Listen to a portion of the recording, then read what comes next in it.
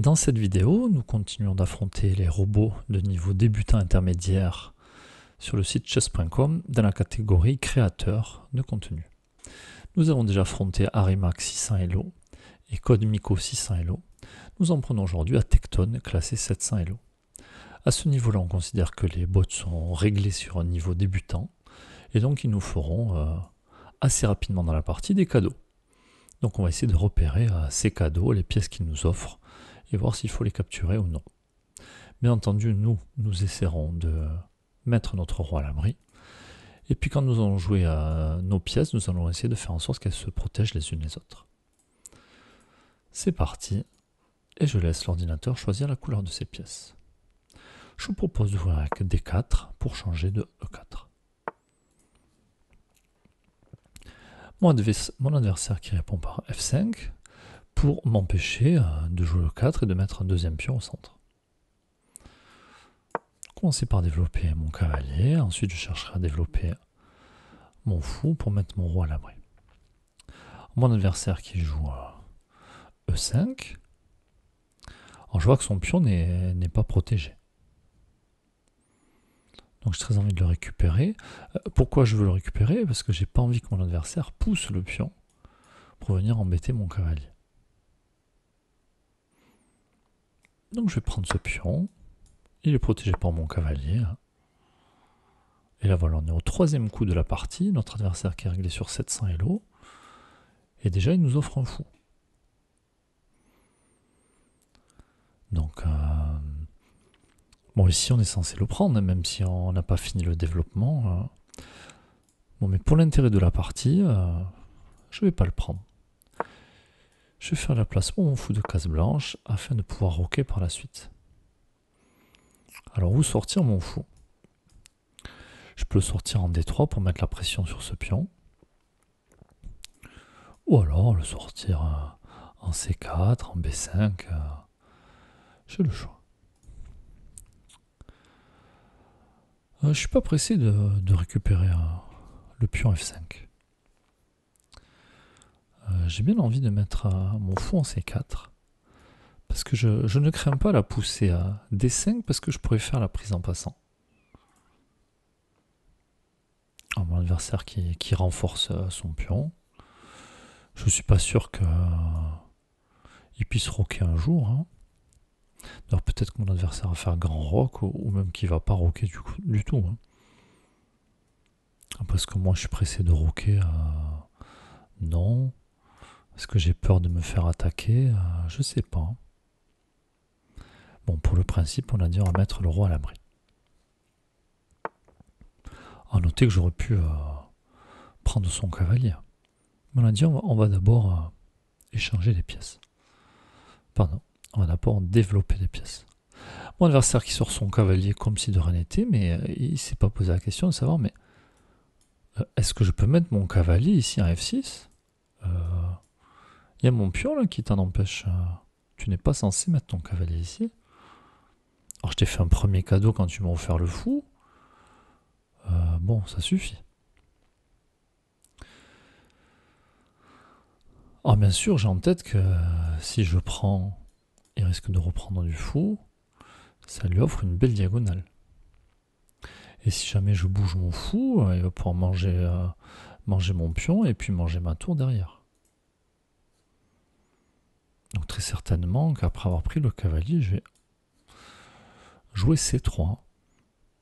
Et puis ensuite, je pourrais replacer mon fou de case blanche. Alors pas sûr de vouloir le mettre sur cette diagonale parce que là il va taper dans le mur. Mais en tout cas, bon, premier cadeau je l'ai refusé, deuxième cadeau on va le prendre. Alors pour moi je suis pas pressé de bouger mon pion C, j'ai mon fou qui couvre. Je vais déjà mettre une tour en face du roi. A noter ici que mon adversaire ne peut pas roquer. Puisque le roi se retrouverait sur une case où il serait en échec. Donc on n'a pas le droit.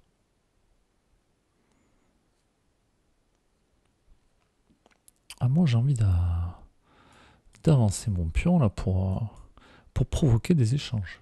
Le problème c'est que si j'avance, peut-être que mon adversaire va pousser son pion. Et je pourrais pas prendre avec mon fou puisqu'il vient de placer son fou.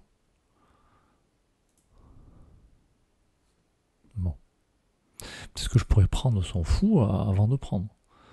Peut-être même que je peux prendre son fou dès maintenant, puisque j'ai l'impression que son fou n'est pas protégé. Donc mon adversaire qui continue de faire des cadeaux, on va continuer de les accepter. Du coup, la partie qui perd de l'intérêt. Adversaire qui sort sa dame, menace mon cavalier n'est pas protégé. Alors je vois si je peux pas contre-attaquer, prendre ce pion, est-ce que c'est intéressant? Non. Est-ce que je peux venir m'installer ici pour attaquer la tour? Mais si l'adversaire bouge la tour, qu'est-ce que je fais après? Donc là, je crois que le coup le plus simple, c'est de revenir avec le cavalier. Puis on a dit, moi, que je suis venu pour avancer du pion. J'ai ma tour qu'en face d'un roi, donc... Mais j'ai aussi envie de développer mes pièces.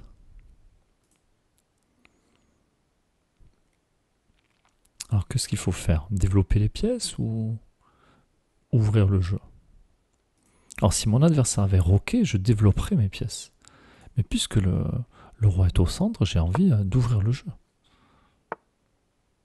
Alors, je m'attendais à ce que mon adversaire pousse le pion pour éviter de se prendre un échec à la découverte, ou alors que je récupère son pion sur échec. Mais moi, je vais continuer d'avancer mon pion. Pion qui sera protégé par le cavalier, sera protégé par la tour. Si la dame bouge et ne reste plus à la défense du pion F4, je vais pouvoir le récupérer. On va voir là ce que fait mon adversaire. J'ai toujours pas peur de la pousser, puisque j'ai le droit de faire en passant.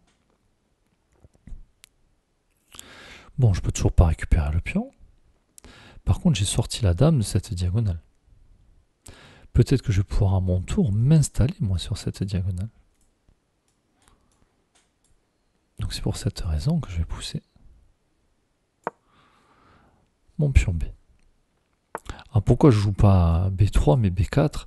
Tout simplement pour pouvoir faire reculer mon fou de case blanche. Alors c'est vrai que j'offre un pion. Mais je suis pas très attaché à ce pion. Moi j'ai envie vraiment de faire des choses comme ceci. Mon adversaire qui pousse des pions aussi, il faut que je fasse attention. Alors est-ce que je devrais pas déjà protéger ce pion? Et si je viens ici avec mon fou et que mon adversaire décide de prendre, bon, je pourrais toujours défendre de la dame.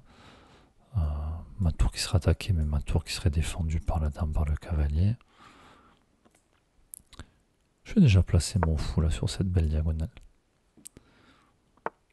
Puisque là je vois mon fou de case blanche, mon fou de case noire. Mon adversaire qui menace de venir embêter mon cavalier, mais il me semble que ce pion n'est pas protégé. Je vais pouvoir venir le récupérer. Après, il faut que je fasse attention, parce que si mon adversaire met du monde sur cette colonne, il peut venir m'embêter.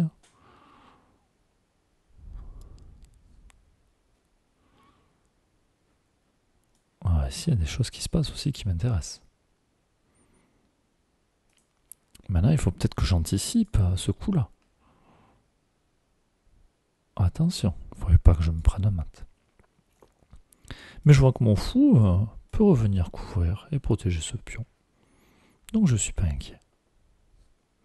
Et donc peut-être que j'ai même pas besoin de venir ramener mon cavalier. Peut-être que je peux essayer de le faire aller vers l'avant. Après je peux aussi venir en H3 pour menacer le pion F4. Je fasse attention à ne pas avancer ce pion pour le moment parce que sinon je perdrai mon fou. Je peux aussi venir en F3 pour empêcher ce pion F d'avancer. Et si jamais mon adversaire aligne des choses, déjà je pourrais prendre sa tour pour le moment. Ou alors venir à la défense du pion. Maintenant attention s'il se met à pousser l'autre pion. Alors j'aimerais bien pousser ce pion pour menacer des choses, mais je perdrais mon fou. Donc je vais faire en sorte de protéger mon fou. Mon fou est protégé. Je vais pouvoir menacer des choses. Et en plus je vais menacer ce pion. Alors que peut faire mon adversaire si je pousse? Est-ce que ça m'intéresse de pousser pour venir prendre? C'est lui qui prend, il perd la dame. Si moi je prends, ou alors je pousse, échec. On va voir, parce que la dame, elle peut être embêtée avec ces fous qui pointent par là. Peut-être que la dame ne sera plus à la défense de mon pion et que je pourrais faire une fourchette sur le roi et la tour. Parce que j'ai ma tour qui protège derrière. Oui, je vais voir comment mon adversaire réagit à E6. Donc mon adversaire qui a vu que la dame était attaquée, qui déplace la dame, mais du coup, plus personne n'est là contre mon pion. Mon pion qui sera défendu, le roi qui ne pourra pas manger le pion. Donc ça va faire fourchette et je vais gagner une tour.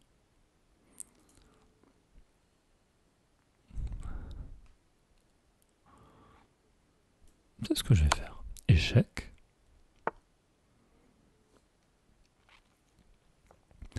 Et là, je vais venir manger la tour. Alors je me demande s'il n'y a pas un coup meilleur. Mais je vois pas.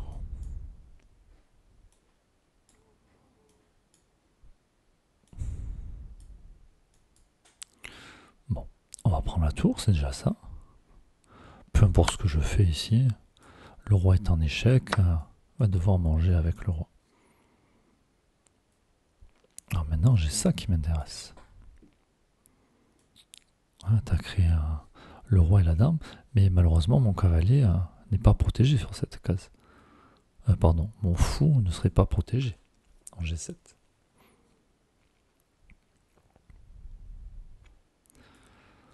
Ce pion est défendu.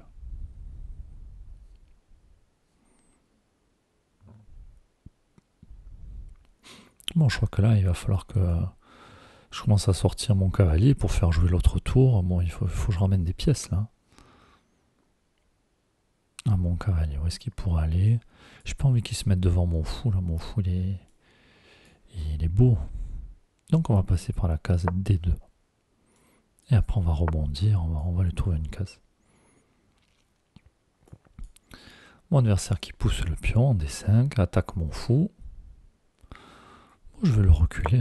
Alors pour le moment, mon fou est enfermé. Mais je me dis qu'il y a des pions qui vont sauter. Et si jamais les pions ne sautent pas, j'avancerai le pion. Et je mettrai le fou sur une autre diagonale. Attention ici, mon adversaire qui menace d'enfermer mon fou. Donc je vais prendre.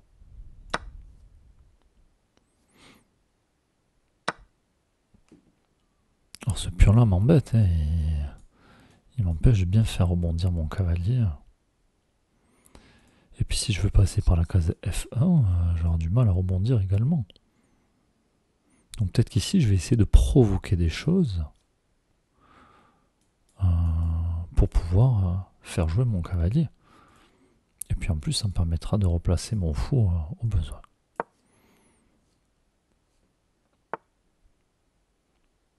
Alors, mon adversaire qui attaque mon fou, je veux bien, mais ta tour, elle est quand même très menacée ici.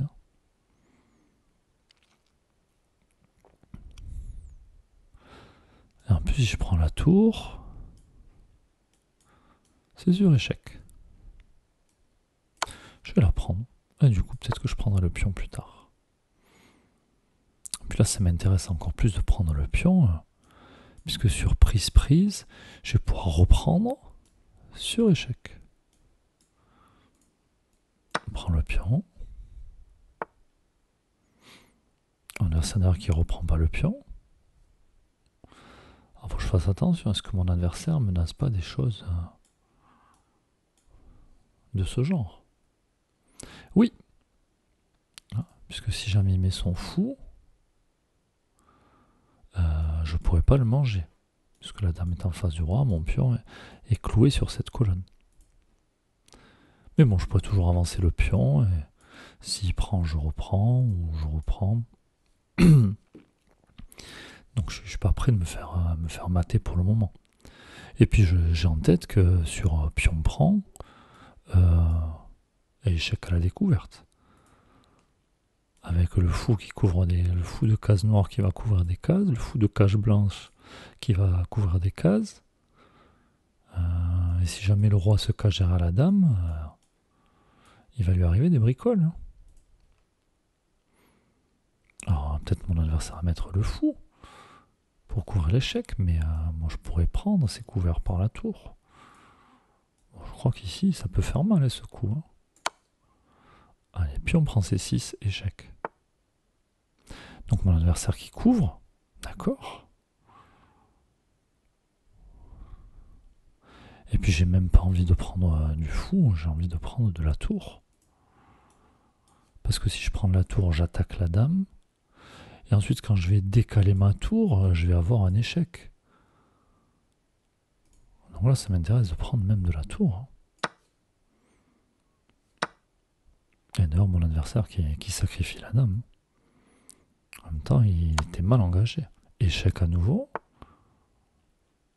Dans le roi qui essaie de s'enfuir. On va essayer de ramener des pièces. On va ramener une dame. Échec. J'ai un cavalier qui est prêt à bondir. Donc là, j'ai la dame qui couvre cette diagonale. Si je ramène un fou pour couvrir cette diagonale, alors le roi pourra encore partir par ici. Est-ce que je peux l'en empêcher?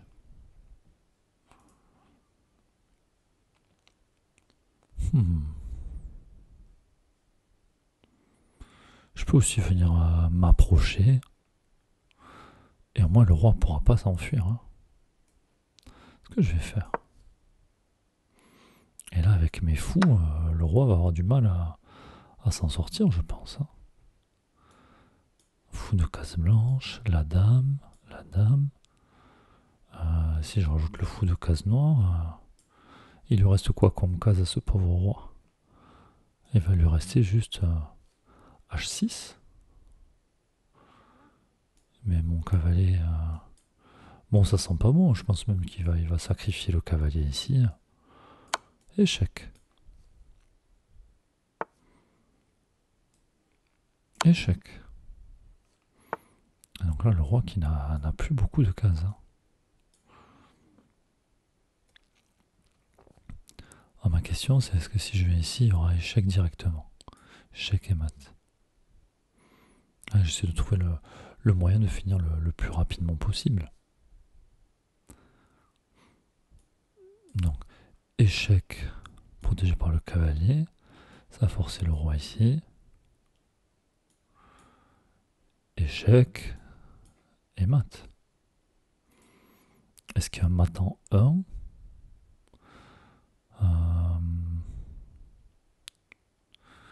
Je le vois pas. Échec, roi bouge. Ah, échec.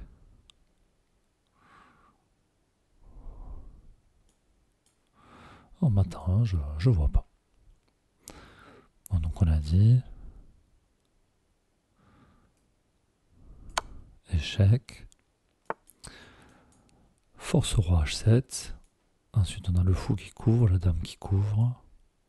Dame qui couvre, bon. Échec et mat. Hein, donc là, on voit bien la puissance de la paire de fous. Hein. Donc notre adversaire, classé 700 Elo, mais qui nous a offert des pièces très tôt dans la partie, la plupart des joueurs réels à ce niveau-là n'auraient pas fait autant de cadeaux. Bon, ici, on voit qu'on a une boulette, hein, une grosse erreur.